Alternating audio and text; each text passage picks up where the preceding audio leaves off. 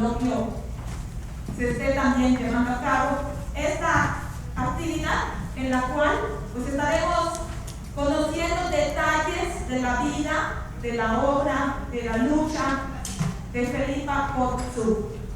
Quizás algunas personas de las que estén aquí acompañándonos dirán, ¿y ella quién es? Precisamente por eso quisimos impulsar la actividad, porque nos parece que las nuevas generaciones es importante que conozcan la historia local de nuestro estado. Es importante que conozcamos, sobre todo las que son mujeres, que hubieran mujeres que antecedieron esta lucha que hoy se construye en Yucatán por nuestros derechos humanos. Y bien, agradezco de verdad con todo mi corazón tanto a Socorro Chablé como a Georgina Rosado, dos grandes amigas, pero sobre todo ejemplos para mí, que estén esta mañana aquí compartiendo. Para iniciar, vamos a conocer la semblanza de Socorro Chablé. Ella es periodista feminista, activista por los derechos humanos de las mujeres y artista visual. Lo que no se ve, no existe. Es una frase que acuñó su conciencia hace casi 25 años y desde entonces se propuso contribuir a visibilizar a las mujeres. Fundó Luna Nueva y Luna Maya, las primeras secciones feministas en Yucatán en las últimas décadas. Así fue que mujeres históricas como Elvia Carrillo Puerto y Felipa Pottsub empezaron a ser nombradas reivindicando sus luchas, en un contexto de desconocimiento sobre sus valiosas aportaciones al ámbito de los derechos humanos de las mujeres.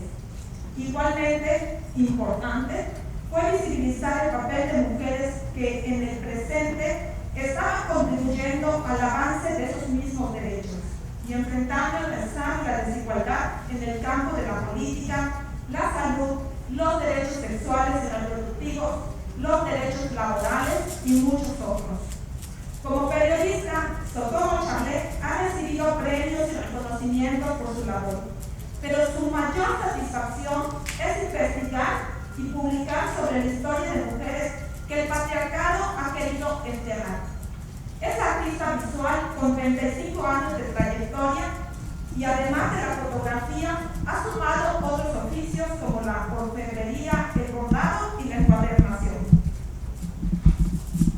Como técnica en conservación y restauración de material gráfico, bibliográfico y documental, ha trabajado en el rescate de importantes archivos.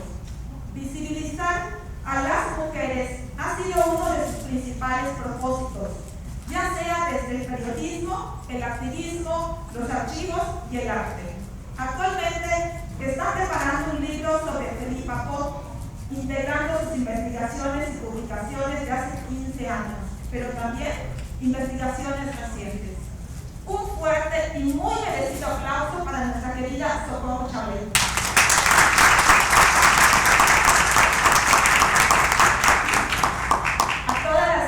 Las jóvenes, los jóvenes que nos acompañan, de verdad pongan mucha atención porque van a poder tener información con la cual llegar a su escuela para compartir con sus maestros y sus compañeros.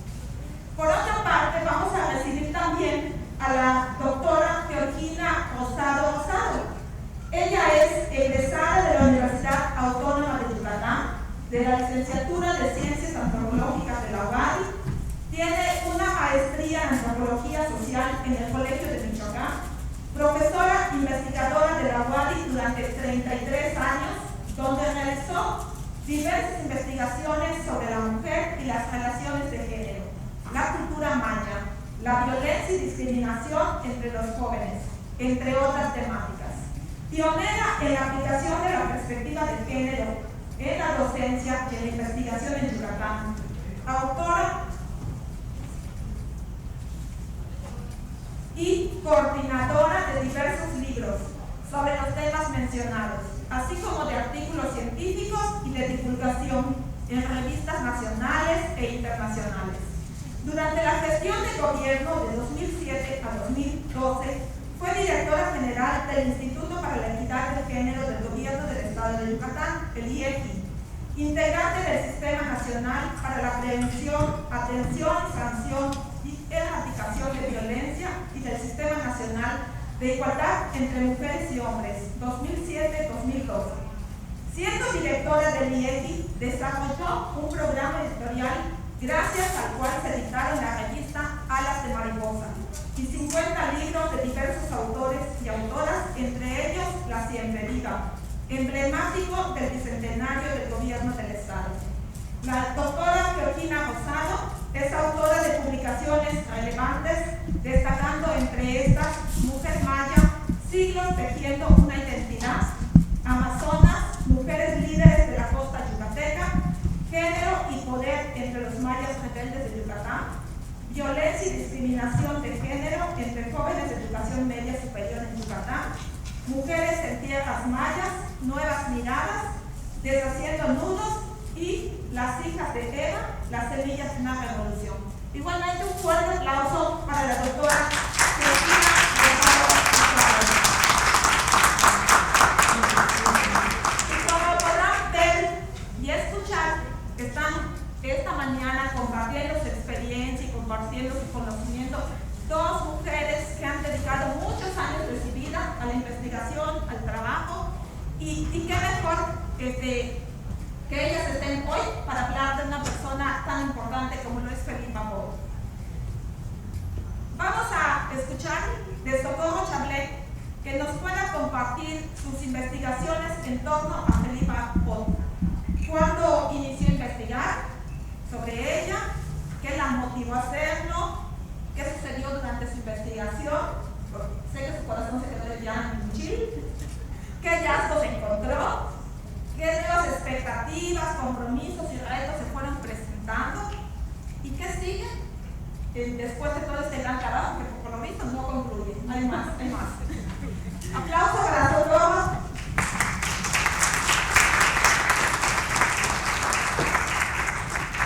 Pues antes que nada quiero agradecer a todas y todos los aquí presentes por regalarnos su tiempo e interesarse en lo que podamos compartirles.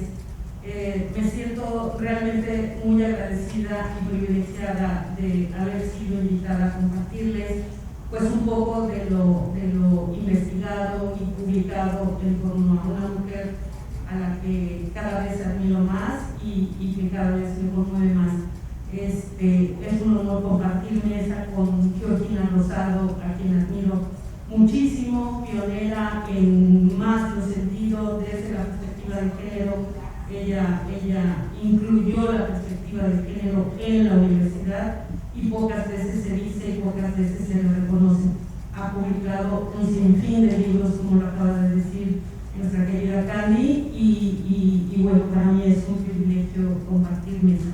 Hay mujeres aquí como María Herrero, que también quiero mencionar, que ha trabajado a lo largo de muchísimos años también visibilizando a las mujeres, aportando para el avance de los derechos humanos de las mujeres, y seguramente hay más, pero no alcanzo a ver de lejos, así que me disculpo por no mencionar. Lucila May, que también nos acompaña, es escritora que ha publicado importantísimos libros y que también forma parte de organización de eventos dentro de la academia.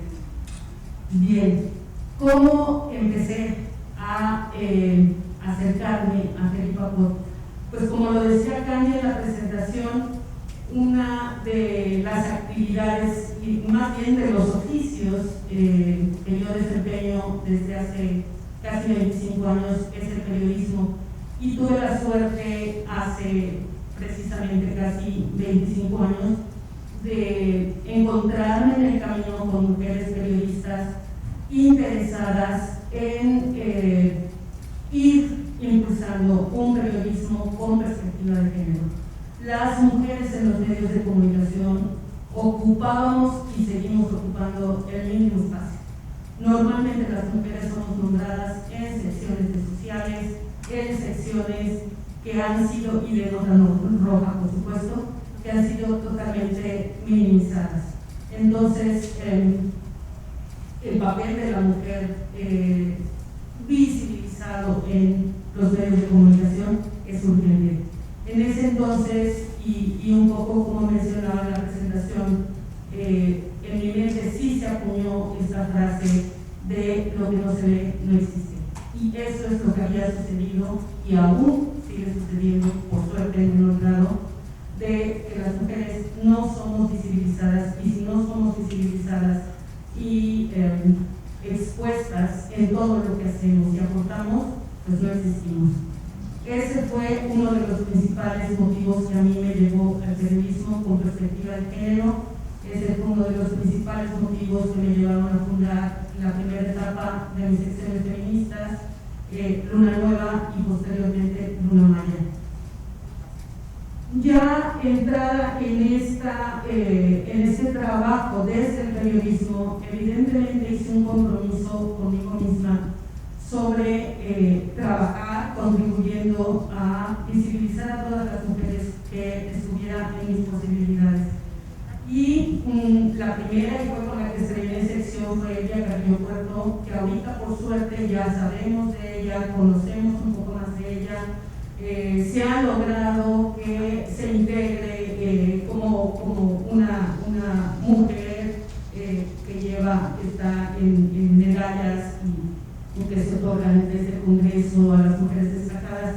Pero hace poco más de 20 años nadie en Yucatán sabía sobre Elvia Carrillo Puerto, y eso era muy doloroso porque ya desde ese entonces en un libro hecho por una extranjera, pero que además es una maravilla de libro, aunque muchos lo critiquen, pues podíamos conocer un poco de los grandes avances y de las grandes aportaciones que había desde ella en la historia de Yucatán y del país.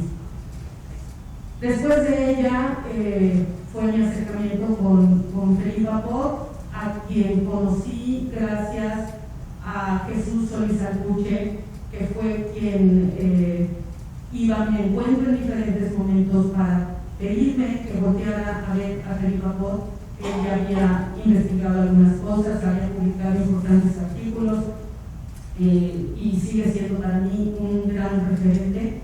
Y fue realmente quien me acercó a Felipa Pot y pues me avisaba de algunas actividades, homenajes y eventos donde podía yo encontrar gente para iniciar la investigación. Esto fue hace aproximadamente 15 años y ahí fue donde empecé a trabajar mi investigación sobre Felipa Pot.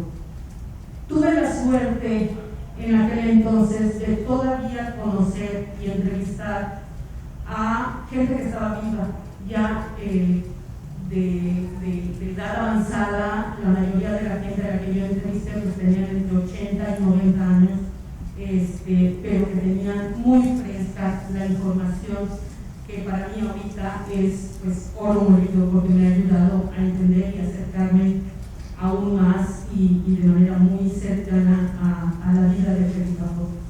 Y su hija, bueno, la familia en general de Felipa, tiene una hija que el año pasado cumplió 100 años, sigue viva. La alcancé a entrevistar cuando tenía una gran lucidez sobre quién había sido su madre, hace también como 15 años. Aún todavía recuerdo algunas cosas, ya no tantas por su edad, pero todo lo aportado por ello también ha sido de un gran valor.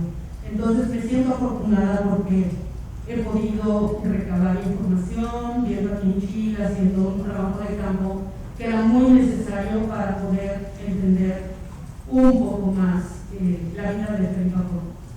Una de las cosas que me gustaría señalar y subrayar es la cantidad de imprecisiones sobre información y sobre datos que han manejado muchos de los que han escrito sobre ella.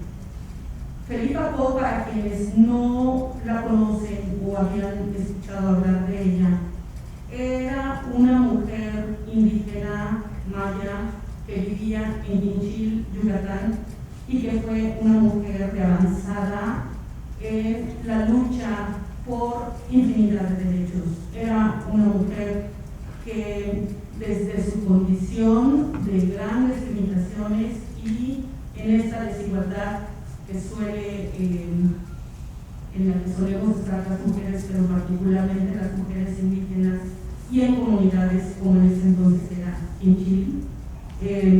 Podemos imaginar ese contexto en el que ella tuvo que salir avante y poder involucrarse en la lucha de infinidad de derechos.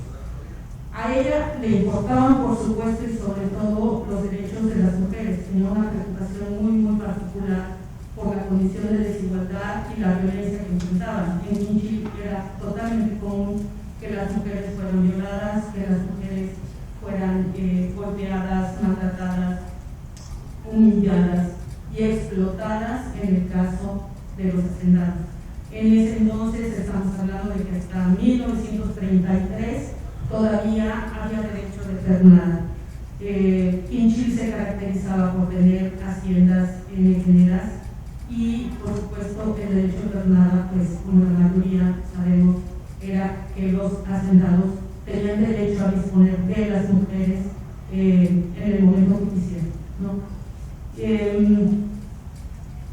Felipa Pot nace en Quinchil, bueno, no nace en Quinchil, perdón, en la hacienda Santa María, muy cercana a Quinchil, en 1903, y a su corta edad, justamente viviendo en una hacienda en la que ella, por supuesto, fue testigo de todas las injusticias, violaciones y explotación a los campesinos. Esta fue parte de la conciencia que fue creando Felipa desde pequeña, viendo todo lo que veía en esta hacienda. Entre los datos imprecisos que pues, más o menos he podido detectar en algunas publicaciones y textos es que se dice que ella fue instruida por un capataz en esta hacienda y que ella desde pequeña aprendió a leer y escribir. Eso no es cierto, realmente la conciencia creo que evidentemente la tenía, la tuvo y la desarrolló a lo largo de su vida, pero su instrucción escolarizada fue ya en su vida adulta. Aunque se replica permanentemente que ella pudo ser instruida en cuanto a alfabetizarse en su infancia en esta hacienda. En realidad no le importaba en su entorno a la gente instruir a niñas y niños que de hecho eran utilizados para trabajar en la hacienda. Felipa y sus hermanas no fueron la excepción. Ellas trabajaban ahí y trabajaban de sol a sol, aún siendo unas niñas. Hay una asociación en torno a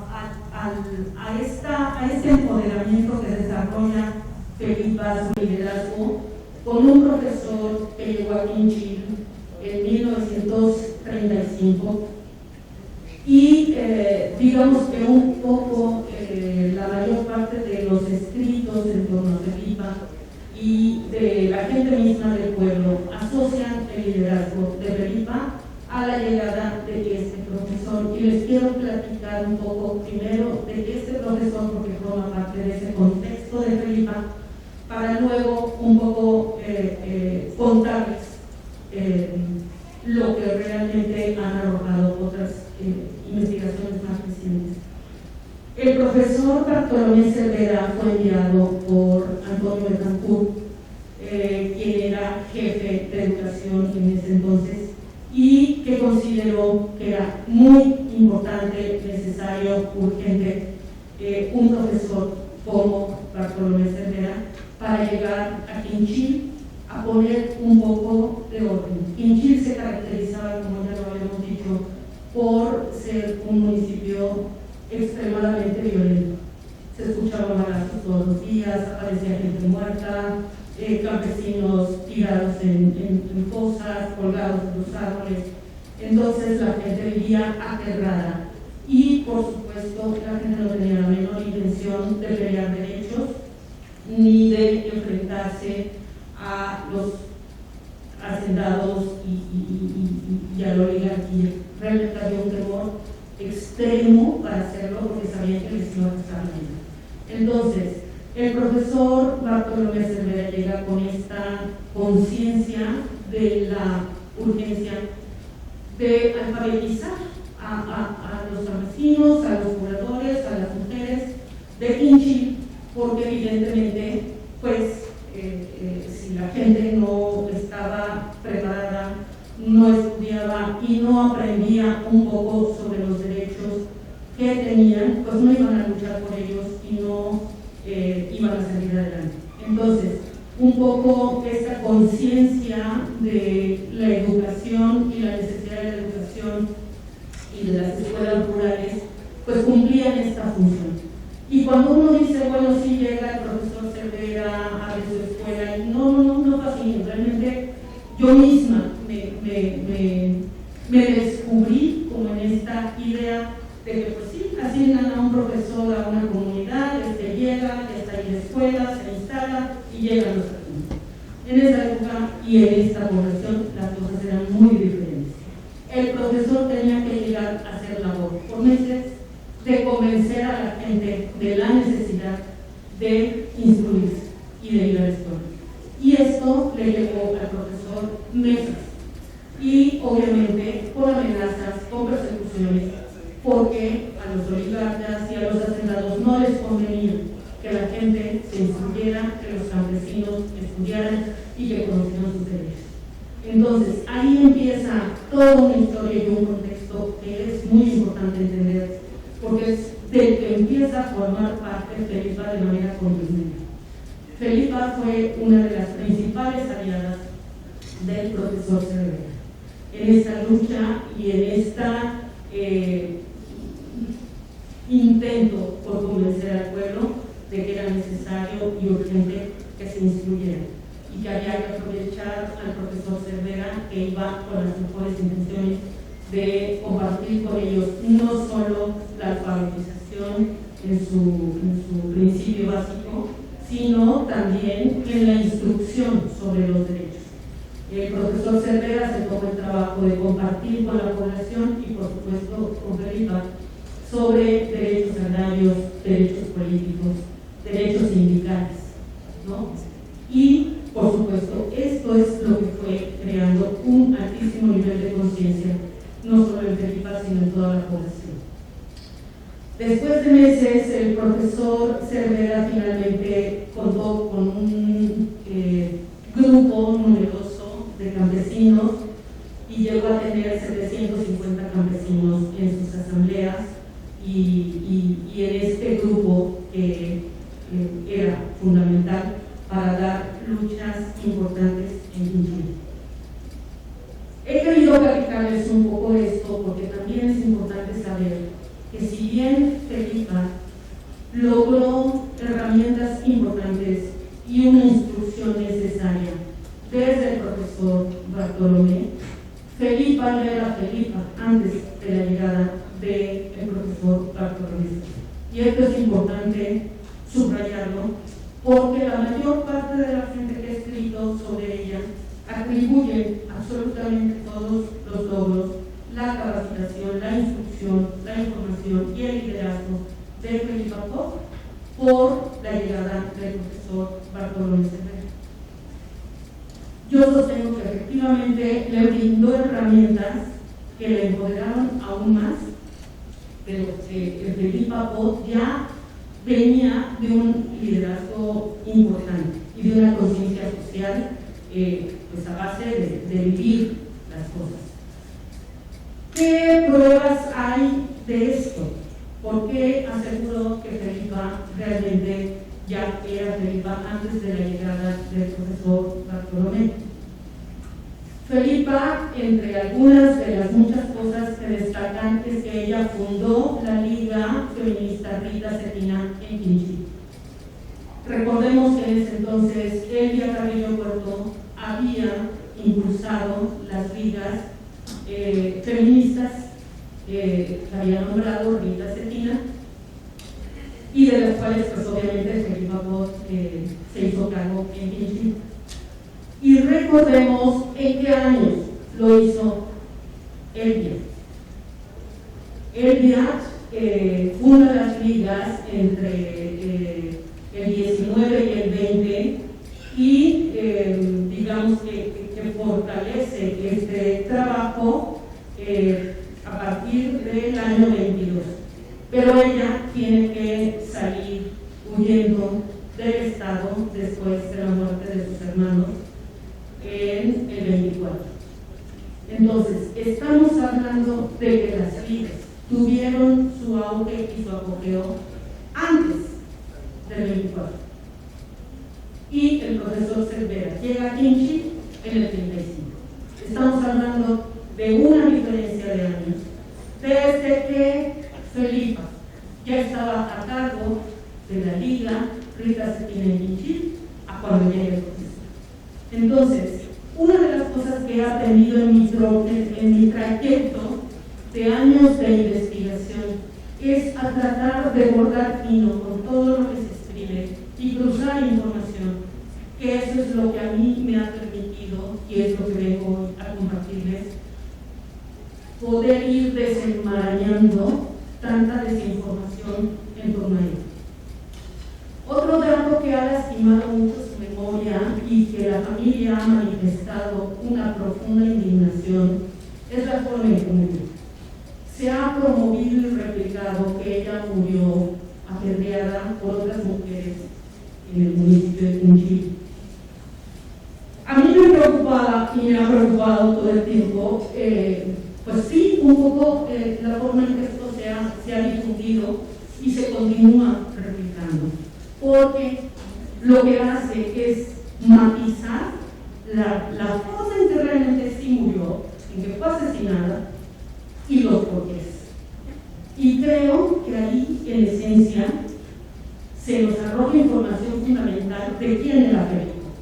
No es lo mismo morir apedreada por unas mujeres en el municipio que morir asesinada de un balazo por un personaje político con nombre y apellido en una pelea de cara a cara desde los intereses políticos y las razones dentro de este pleito, por llamarlo de algún modo, político. Entonces, para mí esto sí es muy importante resaltarlo también cuando hablo sobre el factor. Bien, pues les cuento justo lo más reciente que tiene que ver con esta versión de la forma en que fue asesinada y cómo es que la gente la replica y la replica. Hay un personaje que fue muy importante, es escritor, político, abogado, súper instruido, que escribió un libro llamado Maestro Rural. Y él se dedicaba, porque ya murió, a escribir historia novelada. Y tuvo un periodo de interés en desarrollar y publicar historia novelada, particularmente posterior a la Revolución. Él vivió exiliado mucho tiempo en el extranjero y justo regresa en los años 36, porque regresa justo en el año en que Felipa había sido asesinado. Y él decide escribir un libro, novela histórica, sobre el papel del profesor Bartolomé Cervera en Quinchí. Y al final de su novela, pues aborda el tema de Felipa. Muy brevemente, la menciona realmente al final de la novela. Y es ahí donde él señala que Felipa fue asesinada a pedradas en el proceso. Entonces, cuando yo leí la historia, aquí están todas las respuestas. Es un libro de una novela que le daba licencia para inventar lo que fue. Entonces, aquí lo grave es que incluso escritores tan famosos como, se me fue el nombre, que es uno de los escritores que más amo. Martín Luis Guzmán. No, el escritor del que estoy hablando efectivamente, y perdón por no mencionarles el nombre, es Martín Luis Guzmán. Pero yo quería señalar a un escritor que retoma esta historia y la publica como real, ¿no? Que Felipe Abad muere a pedazos. Entonces, pregunta, ya me estoy excediendo de tiempo, por favor díganme las inquietudes. Unos 5 minutos. Ok. Voy a tratar de resumir esta parte que a mí me parece fundamental para explicarles la forma en que sí fue asesinada y cuáles son las pruebas para históricamente hablar de una realidad cercana. Bueno, todas las personas a las que yo entrevisté coincidieron con esto que les voy a platicar, pero además cuando yo tomaba fotos, que fui a Quinchil, y tomaba fotos de la casa donde fue asesinada, se me acercó un viejito y me dijo, ¿qué haces, niña? Y le dije, pues estoy tomando fotos de esta casa porque me dijeron que aquí asesinaron a Felipe Abad y pues en eso estoy, y además estoy investigando. ¿Tú la conociste? Me dijo, niña, claro que la conocí, si yo estaba con mi mamá cuando la asesinaron. Estaba yo aquí, te puedo contar cómo la asesinaron. Y así me contó detalle a detalle cómo habían sido las cosas. Él era un niño de 10 años y, como solía pasar en las luchas de Felipa, pues a las mujeres las acompañaban sus hijos porque no había dónde dejarlas. Entonces las mujeres andaban con sus hijos. Felipa tenía un contingente de mujeres armadas en Quinchil y todas salían cotidianamente a la calle así, en contingente y armadas, porque era la única manera de andar en Quinchil en épocas tan convulsas. Políticamente había ahí elecciones ya prontas y se estaban debatiendo dos candidatos dentro de un mismo partido político. Uno de ellos era Gualberto Carrillo Puerto, que era del equipo contrario del bando contrario al que Felipa, el profesor Cervera y el pueblo de Quinchil apoyaron. Tenían prohibido entrar al pueblo desde decisión comunal del pueblo, que además ya eran quienes ostentaban las decisiones del pueblo, habían hecho a un lado a las autoridades vía proceso legal y en el Congreso se había decidido qué iba a hacer. Y entonces tenían un consejo municipal y ellos habían decidido que no eran personas gratas porque no representaban los intereses del pueblo. Cuando llega el representante de Gualberto Carrillo Puerto, que se conoce como el hermanito incómodo de la familia Carrillo Puerto, sí, pues obviamente no apoyaba absolutamente nada de lo que el pueblo había decidido, quería, impulsaba, como incluso el reparto agrario. Entonces ella, reunida con un grupo de personas en pues lo que es el Palacio Municipal, pero que era el Consejo Comunal, decide ir a encarar a la casa de campaña al adversario. Entonces reúne un grupo de gente, van y lo encaran en lo que era la casa de campaña, pensando que ahí estaba Gualberto Carrillo Puerto. El que estaba ahí era Mario Tenorio en representación de Gualberto. Felipa llega armada, ella siempre andaba armada con su escopeta, y encara de frente a Mario Tenorio, que estaba en esta casa de campaña, y le dice que qué hacía allí, que tenía prohibido entrar al pueblo y que lo invitaba a irse.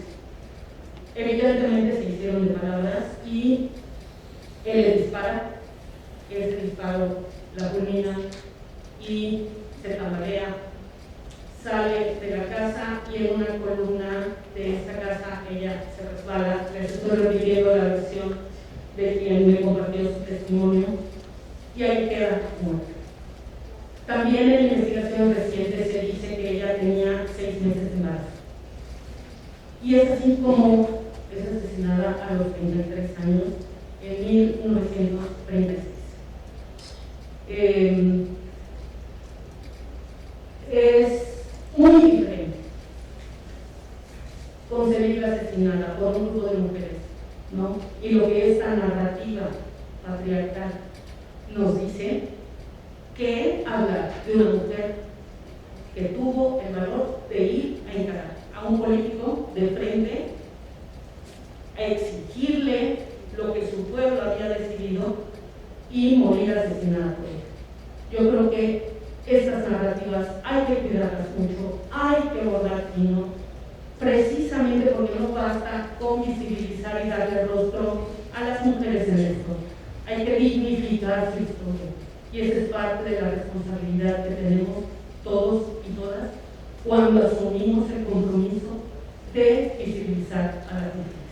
No dignificar su historia equivale a volverlas a asesinar. Muchas gracias.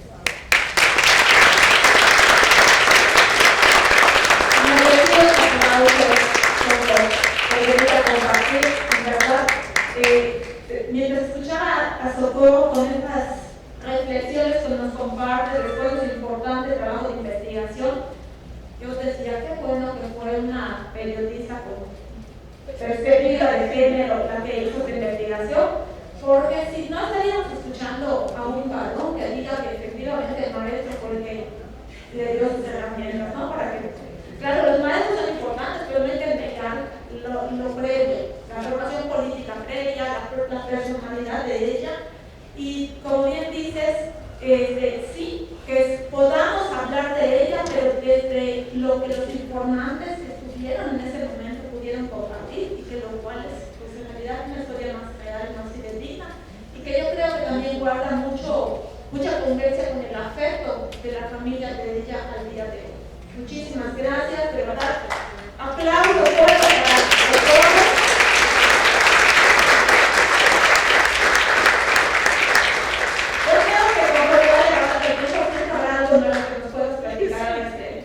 Y bien, ahora vamos a cederle el micrófono a la doctora Georgina Rosado. Ella también es investigadora y miren que Georgina nos va también a compartir qué le ha llevado también a investigar sobre Felipa Pott, qué ha encontrado, cuáles han sido las expectativas, compromisos, retos que se han presentado o que se han fortalecido, y qué sigue con respecto a seguir visibilizando desde la dignidad de la realidad de su historia, ¿verdad? A Felipa Pott. Y ella, muy importante, la doctora Georgina Rosado es también una investigadora muy comprometida de María Huica, una mujer del Quintana Roo, también importante, también luchadora, una mujer maya que luchó también por los derechos del pueblo. Y nos gustaría que también nos compartiera la doctora Georgina si encuentra alguna similitud, algo al respecto. Gracias, doctora.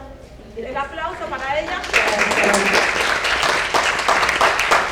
Bueno, yo quisiera agradecer a la CGI por esta invitación, al maestro Leonés, que queremos y apreciamos tanto, a Cristóbal, ¿no? Que no está aquí, pero que organizó también este coloquio, por supuesto, a Candy May y su organización Colibrí, una organización feminista muy importante del Estado. Es un honor para mí estar ante ustedes, no voy a decir todos los nombres porque ya los he mencionado, y ante alumnas y alumnos, que es muy importante, y por supuesto junto a la principal biógrafa e investigadora de Felipa Pott, que indiscutiblemente es Socorro Chávez, ¿no?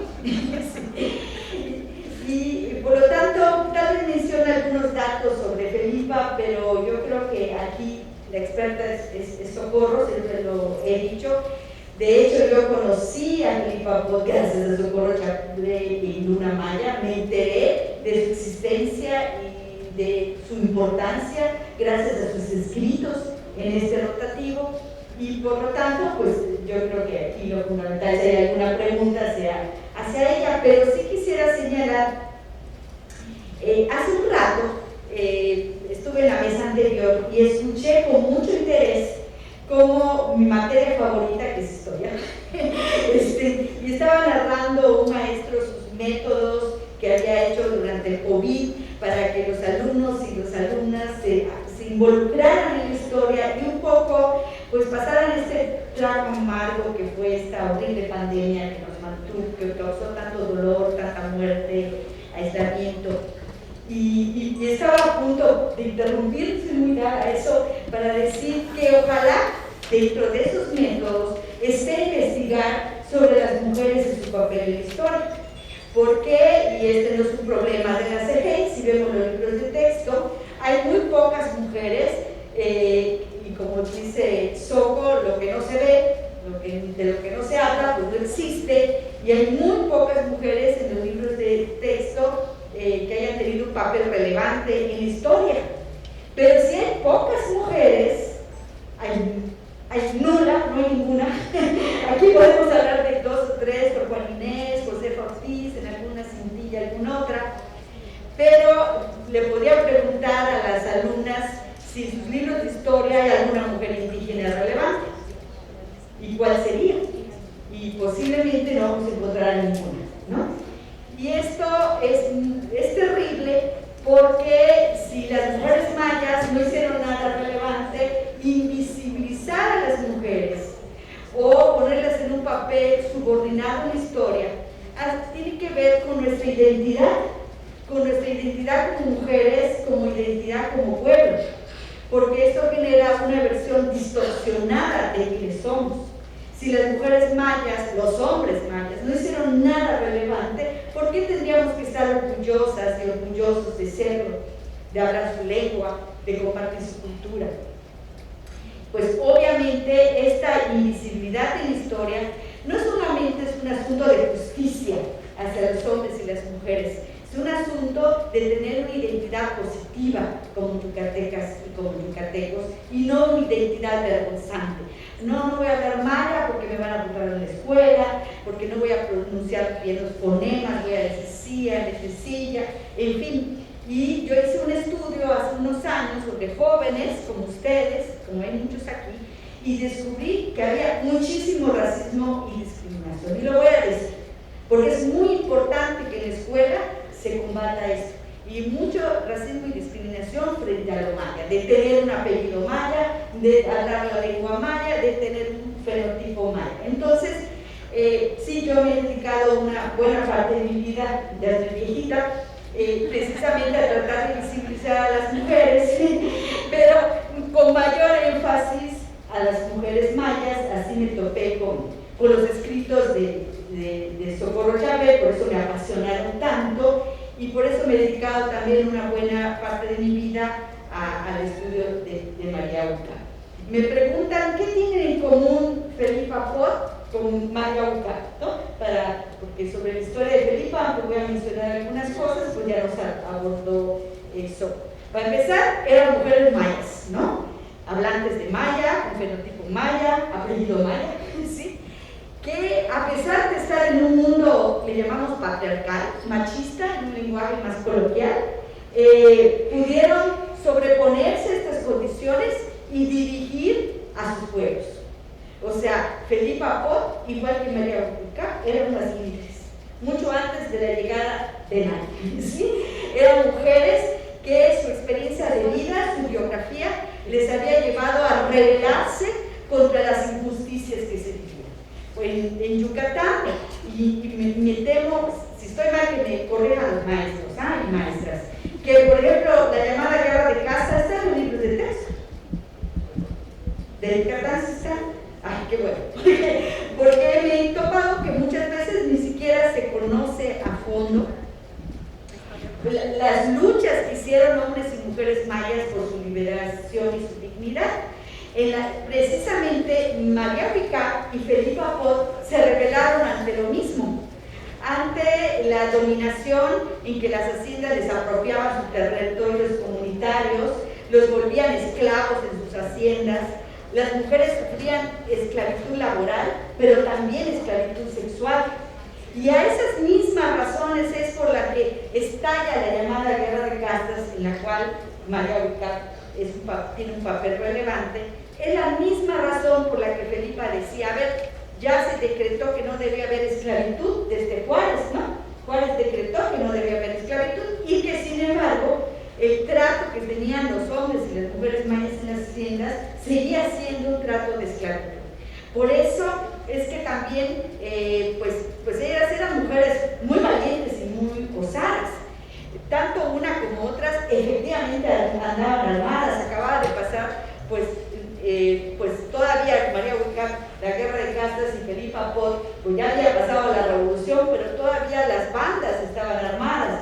Así que te defendías con armas o te violaban y te mataban. O sea, no es que fueran mujeres sangrientas e insensibles, sino que las condiciones en las que vivían las obligaban a tener que defenderse. Si ya no como ahora sacamos brillantinas rosas en nuestras marchas, ellas no podían sacar brillantinas rosas, ellas andaban armadas. Las dos estaban defendiendo su territorio.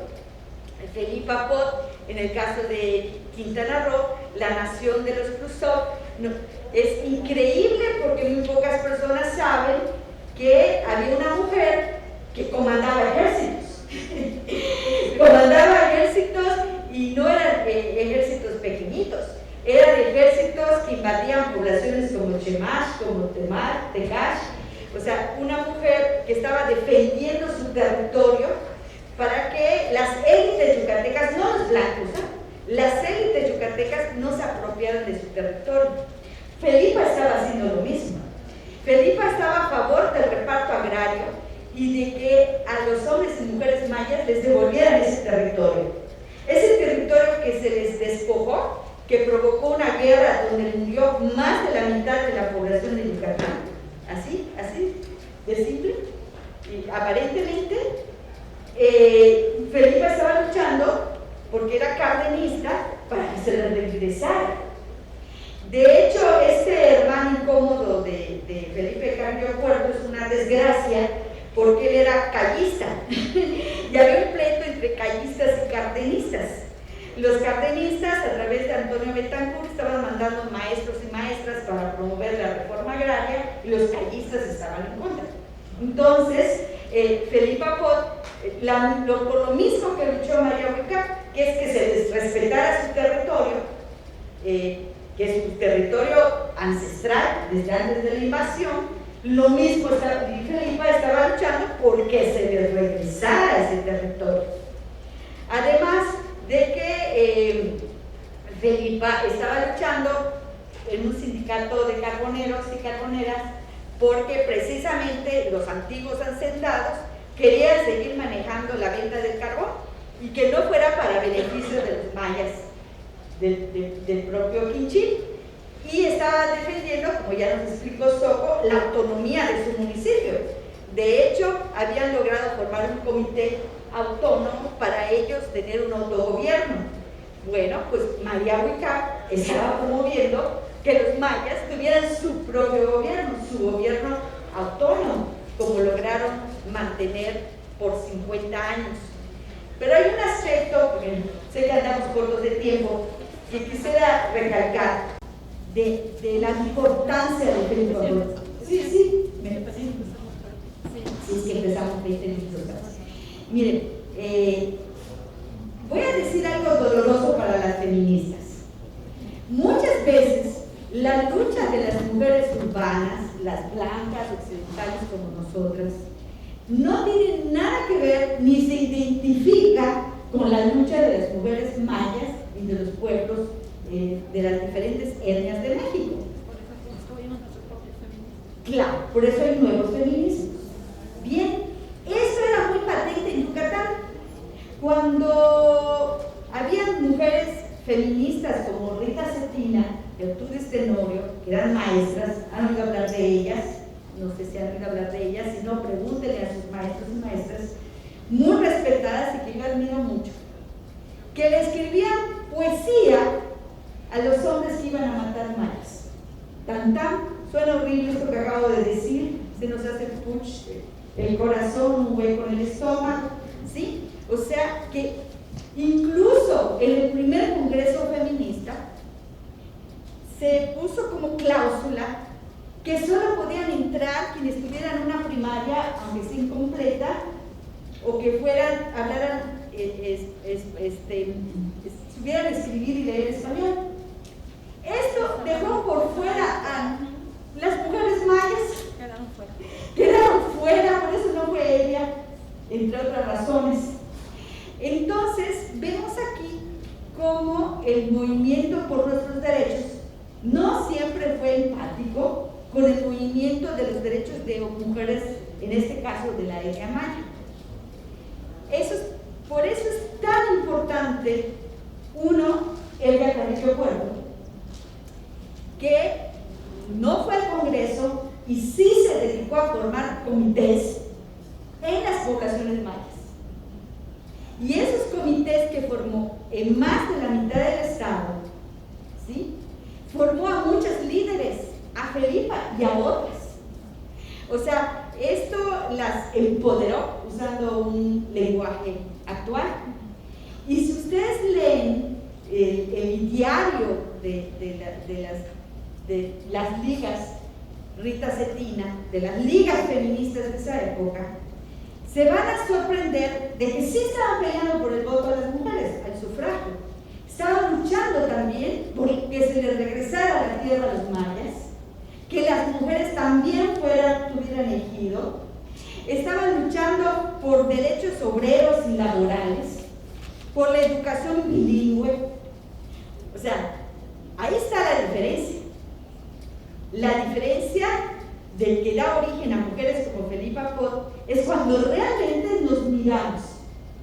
Cuando el movimiento a favor de las mujeres ya no solo se ve a sí misma, sino dice, ah caray, somos hermanas, y como Elvia era socialista, porque después mochamos la historia para que no se incómoda, Elvia era socialista, era de izquierda, diríamos hoy, ellas pensaban que las mujeres nunca nos íbamos a liberar si los obreros, las obreras, los campesinos y las campesinas no tenían justicia.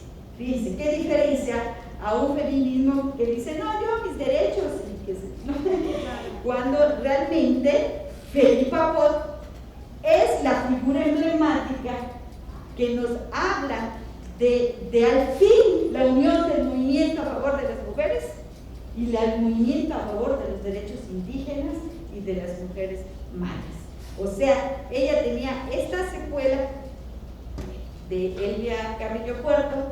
He estado escribiendo unos artículos del feminismo después de ella, porque hay quien piensa que fue como un meteorito que acabó con los dinosaurios y que después de ella ya no hubo nada. Y esto no es cierto. Ahí está Felipa Pot. Y quisiera recordar que Felipa Pot se ligó con Carmen Góngora, además del maestro, de la unión del Frente de Mujeres por sus Derechos que hubo en México y en Yucatán. ¿Y por qué creen que estaba formado? Maestras. Maestras, ¿no?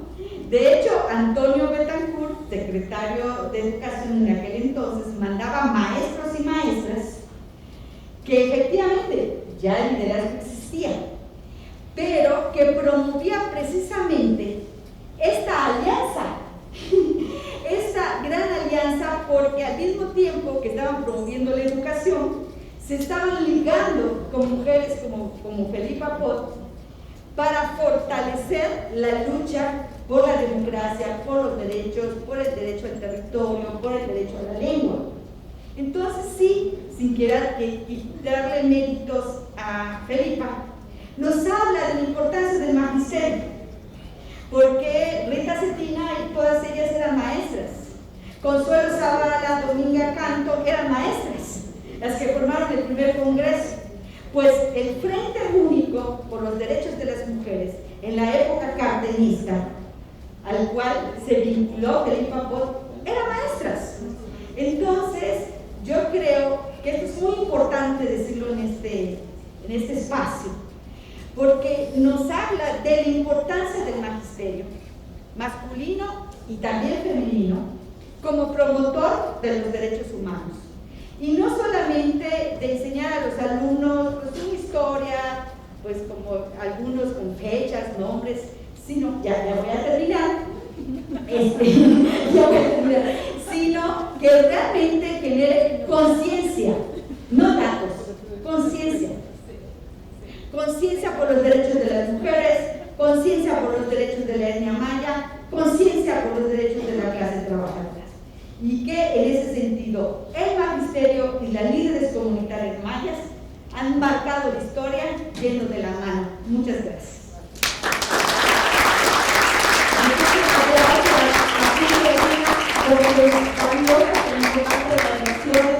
Y miren que con todo lo que ella comenta, pues a la Secretaría de Educación de Yucatán le queda una tarea de visibilizar a las mujeres mayas como Felipa Pot en el libro de Yucatán, ¿no? De tercer grado.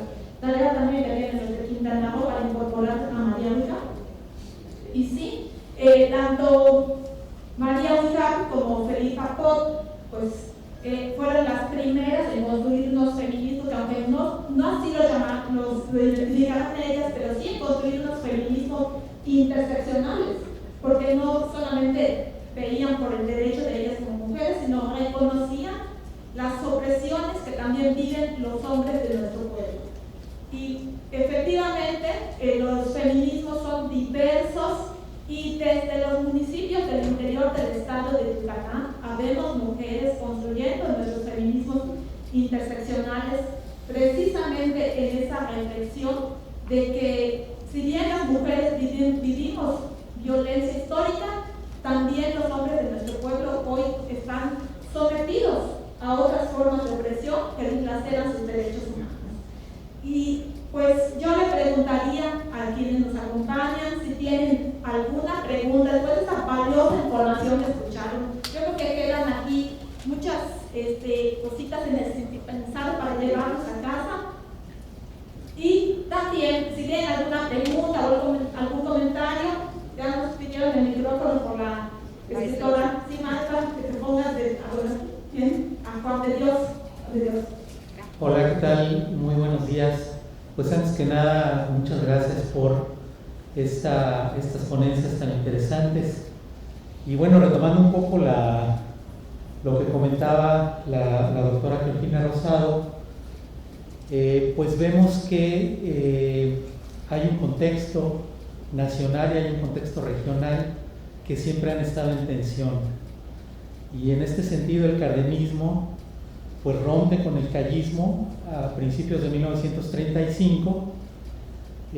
Cárdenas tiene que dar una especie de golpe a Calles y hace cambios en los estados de gobernadores que eran callistas, que eran antiagraristas, y entre ellos estaba César Alayola, y queda en su lugar Fernando López Cárdenas, que va a ser el aliado del presidente para implementar la reforma agraria.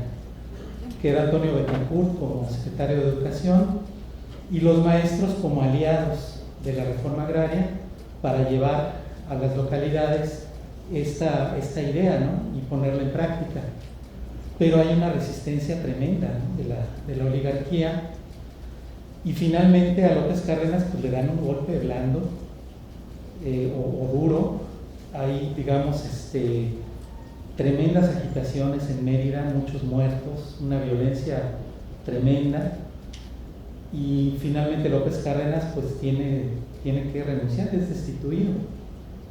Entonces, de alguna manera la muerte de Felipa Pot pues es un poco parte, ¿no? de toda esta resistencia al reparto agrario, y finalmente el reparto agrario se hace en Yucatán, pero no como se tenía pensado.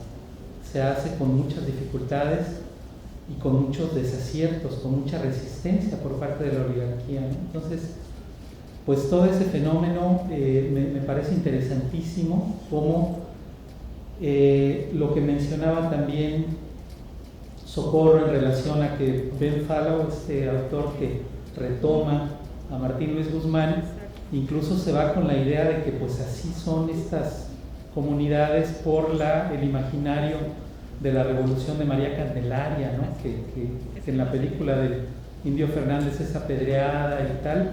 Pues él dice, claro, así se comportan, ¿no? estas personas, él desde su visión de extranjero, ¿no? Pero bueno,